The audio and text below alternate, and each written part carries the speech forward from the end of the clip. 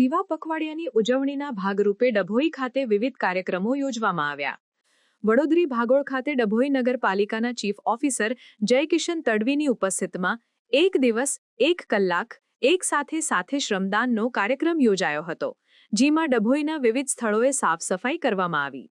આ પ્રસંગે ડભોઈ નગરપાલિકાના ચીફ ઓફિસર જયકિશન તડવીએ જણાવ્યું હતું કે સ્વચ્છતાને આદત બનાવવી જોઈએ અને વર્ષમાં ઓછામાં ઓછા 100 કલાક સ્વચ્છતાને ફાળવી પોતાના ઘર, વિસ્તાર, નગર અને રાજ્યને સ્વચ્છ રાખી સ્વચ્છતા પ્રત્યે જાગૃત રહીએ તેવી અપીલ કરવામાં આવી હતી। સાથે તમામને સ્વચ્છતા હી સેવા કાર્યક્રમ અને સેવા પખવાડિયાને સફળ બનાવવા બદલ અભિનંદન પાઠવ્યા હતા।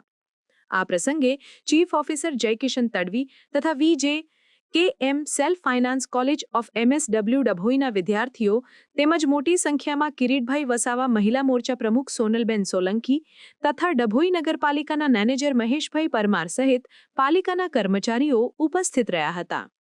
નગરપાલિકા અને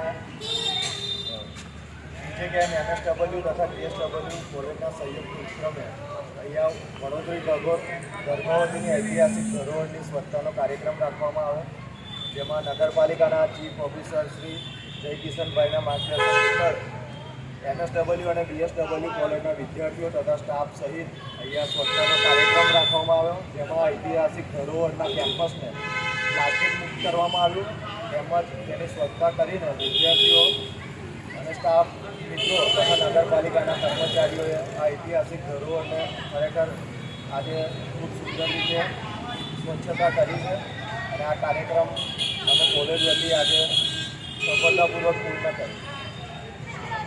આજરોજ સ્વચ્છતા પખવાડિયા હેઠળ આપણે ડભોઈ શહેરના જે ગર્ભાવતી ઐતિહાસિક નગરી છે તેના વિવિધ ભાગોમાં અલગ અલગ સ્થળોએ લોકોને જોડીને સ્વચ્છતાનો કાર્યક્રમ હાથ ધર્યો છે। 1 દિવસનો 1 કલાક દરેક લોકોએ પોતાનો આપ્યો છે અને આ શહેરને સ્વચ્છ અને સુંદર બનાવવા માટેની હાકલ કરી છે।